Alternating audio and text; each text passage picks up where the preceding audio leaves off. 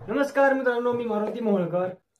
मित्रांनो, तुम्ही मुख्यमंत्री माझी लाडकी बहीण या योजनेचा ऑनलाईन पद्धतीने फॉर्म भरला असेल, परंतु फॉर्म भरताना काही मिस्टेक झाले असेल, काही चुकीचे डॉक्युमेंट तुमच्या त्या ठिकाणी अपलोड केले गेले असेल, काही तुम्हाला चेंजेस करायचे असतील तर त्या ठिकाणी तुम्ही चेंजेस करू शकता. आता दुरुस्ती करण्यासाठी एक ऑप्शन आलेला आहे. पण मित्रांनो, या ठिकाणी सर्वात महत्त्वाची गोष्ट म्हणजे तुम्ही ज्यावेळेस फॉर्म एडिट करता तर एडिट करताना तुम्हाला फक्त एकच चान्स असणार आहे. तर मित्रांनो, आपण या व्हिडिओमध्ये मुख्यमंत्री माझी लाडकी बहीण योजनेचा फॉर्म जो भरलेला आहे तो एडिट कशा पद्धतीने करायचा, तर याचीच संपूर्ण प्रोसेस आज आपण या व्हिडिओच्या माध्यमातून पाहणार आहोत. मित्रांनो, तुम्ही जर का चॅनलमध्ये नवीन असाल चॅनलला सबस्क्राईब करून बेल आयकॉन बटन दाबायला विसरू नका, जेणेकरून आपल्याला अशाच प्रत्येक नवीन नवीन व्हिडिओची नोटिफिकेशन हे आपल्यापर्यंत येत राहील. चला तर व्हिडिओला सुरुवात करूया.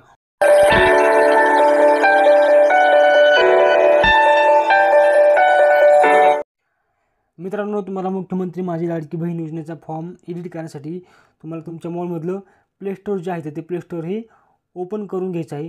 प्ले स्टोअर ओपन केल्यानंतर तुम्हाला त्या सर्च बॉक्समध्ये नारी शक्ती नावाचं जे ॲप आहे तर ते तुम्हाला टाईप करून घ्यायचं आहे.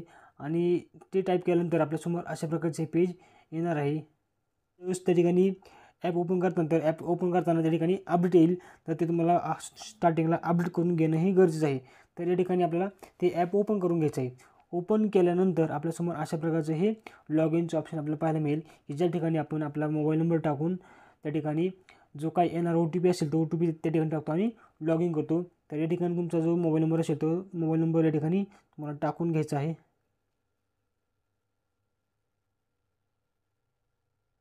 आणि लॉग इनवरती क्लिक करायचे. तर तुम्ही लॉग इनवरती क्लिक केल्यानंतर तुमच्यासमोर जो काही OTP येईल तो OTP तुम्हाला या ठिकाणी टाकून घ्यायचा आहे. OTP टाकल्यानंतर तुम्हाला तो व्हेरीफाय करायचा आहे. आणि व्हेरीफाय केल्यानंतर तुमच्यासमोर अशा पद्धतीने हे पेज ओपन होणार आहे. तर या ठिकाणी आपल्याला 4 ऑप्शन पाहायला भेटतात: नारी शक्ती दूत, योजना, केलेले अर्ज आणि प्रोफाईल. तर असे जे 4 ऑप्शन आपल्याला पाहायला भेटतात, तर त्यामध्ये आपल्याला केलेले अर्ज जे आहे, यापूर्वी केलेले अर्ज जे आहेत तर त्याच्यावरती आपल्याला क्लिक करायचे. याच्यावरती क्लिक केल्यानंतर आपण जो काही अर्ज केला होता तो आपल्यासमोर हा अर्ज ओपन होणार आहे. या ठिकाणी अर्ज ओपन झाल्यानंतर तुम्हाला या अर्जावरती क्लिक करायचे आहे. याच्यावरती क्लिक केल्यानंतर तुमच्यासमोर अशा पद्धतीने हे पेज ओपन होणार आहे. आणि या ठिकाणी पेज ओपन झाल्यानंतर तुम्ही जर का या ठिकाणी तुम्हाला एडिट नावाचा ऑप्शन पाहायला मिळेल. आणि एडिटवरती तुम्ही क्लिक करून, आता ऑलरेडी मी या ठिकाणी एक वेळेस एडिट केलं आहे, त्यामुळं मला SMS व्हेरीफाय डनचा ऑप्शन या ठिकाणी आलेला आहे. तर आपल्यासमोर अशा पद्धतीने ही तुमची जी काही संपूर्ण माहिती आहे की जे तुम्ही भरली आहे, तुमचं महिलेचं नाव असेल, पतीचं नाव असेल, जन्मदिनांक असेल, वय असेल, जिल्हा, तालुका, गाव, ग्रामपंचायत, पिनकोड, अर्जदाराचा संपूर्ण पत्ता, मोबाईल नंबर, आधार क्रमांक, त्यानंतर तुम्ही कोणत्या शासकीय योजनेमध्ये लाभ घेतला आहे का, असेल तर हो, नसेल तर नाही, महिला विकास जे काही वैवाहिक स्थिती असेल ते वैवाहिक स्थिती, त्यानंतर लग्नापूर्वीचं नाव, परराज्यामध्ये जन्म झाला आहे का नाही, असेल तर हो, नसेल तर नाही. त्यानंतर खाली बँकेचा जो काही संपूर्ण तपशील आहे तो बँकेचं नाव, त्या ठिकाणी ते अकाउंटधारकाचं नाव, खाते क्रमांक,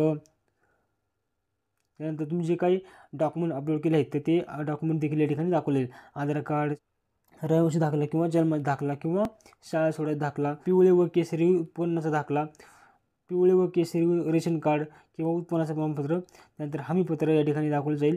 तुमचे जो काही पासबुक आहे ते पासबुक या ठिकाणी दाखवलं जाईल. या ठिकाणी आपण संपूर्ण माहिती पाहून घ्यायची आहे की आपली संपूर्ण माहिती ही बरोबर आहे का. जर आपल्याला वाटलं की याच्यामध्ये आपल्याला करेक्शन करायचं आहे, आपल्याला समजा पिनकोड चुकला असेल तर पिनकोड त्या ठिकाणी तुम्ही टाकू शकता. पिनकोड टाकल्यानंतर तुमचं जे नावाचे स्पेलिंग मिस्टेक झाली असेल ते स्पेलिंगची मिस्टेक देखील तुम्ही त्या ठिकाणी करू शकता.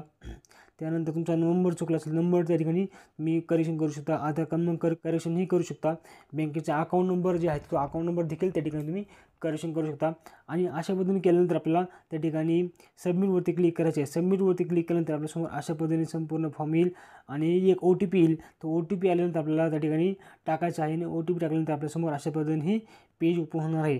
तर मित्रांनो, अशा पद्धतीने तुम्ही तुमचा फॉर्म हा एडिट करू शकता. परंतु मित्रांनो, एडिट करताना एक महत्त्वाची गोष्ट लक्षात ठेवायची आहे की तुम्ही जो फॉर्म एडिट करताल त्याला फक्त शेवट एकच चान्स असणार आहे. त्यामुळं तुम्ही त्यामध्ये काळजीपूर्वक एडिट करा. मित्रांनो, हा व्हिडिओ आपल्या भरपूर साऱ्या मित्रांपर्यंत पाहिजे, जेणेकरून त्यांना देखील ही अतिशय महत्त्वाची माहिती पोहोचेल. धन्यवाद.